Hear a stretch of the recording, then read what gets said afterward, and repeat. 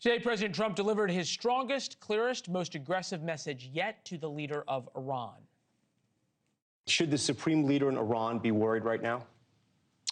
I would say he should be very worried, yeah. He should be. As you know, they're negotiating with us. I know they are, but the protesters have said, you know, where are the Americans? You promised them we would have their back. Do we still have their back? Well, we've had their back, and look, that country's a mess right now because of us. We went in, we wiped out their nuclear.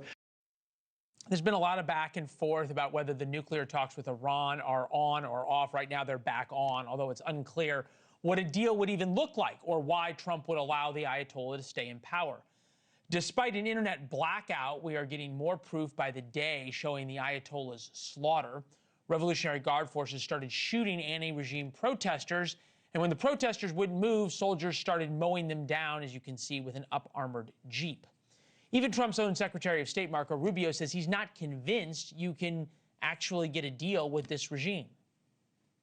If the Iranians want to meet, we're ready. They've expressed an interest in meeting and talking.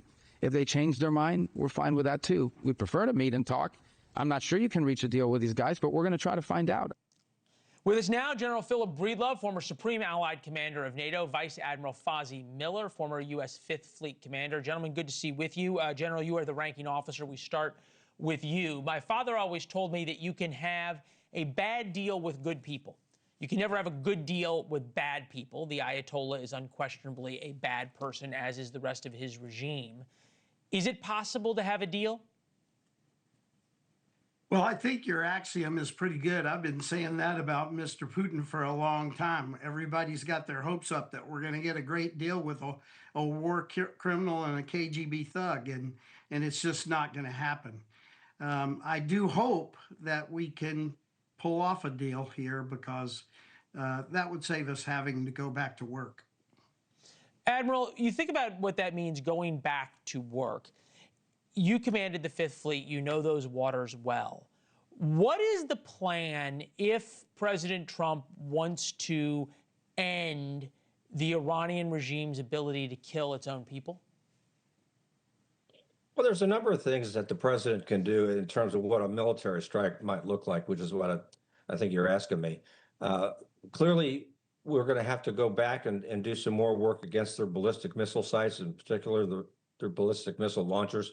We want to go back and revisit the nuclear file, if you will, and see if there's more work to do there. And then in regards to helping the protesters out, I think it's an opportunity to go after the Revolutionary Guard forces, their command and control. They're the ones in Iran that control this sort of nefarious activity that's killing thousands of people. And so going after their ability to command and control their forces helps not only the military, the U.S. military, but it also helps the people in Iran.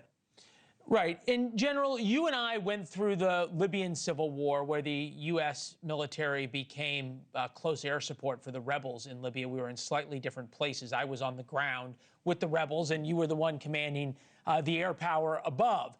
But there are many who are using Libya as a warning of why we should not get involved in Iran, that, you know, kicking Gaddafi out didn't work, therefore kicking the Ayatollah out won't work. Is that a fair comparison? Well, in a way it is, Leland. You know, as you and I have talked many times before, in Libya, we didn't have a plan for next. We had a great military plan, like I'm sure the Fifth Fleet and the air forces that are also on the ground there now have a great plan to execute options, sovereign options for our president. But the real question is, what happens next? In Libya, we left a mess, and it's still a mess. And so we need to have some plan for how we handle Iran if they decide to go the hard way, or maybe should they decide to go in a cooperative way.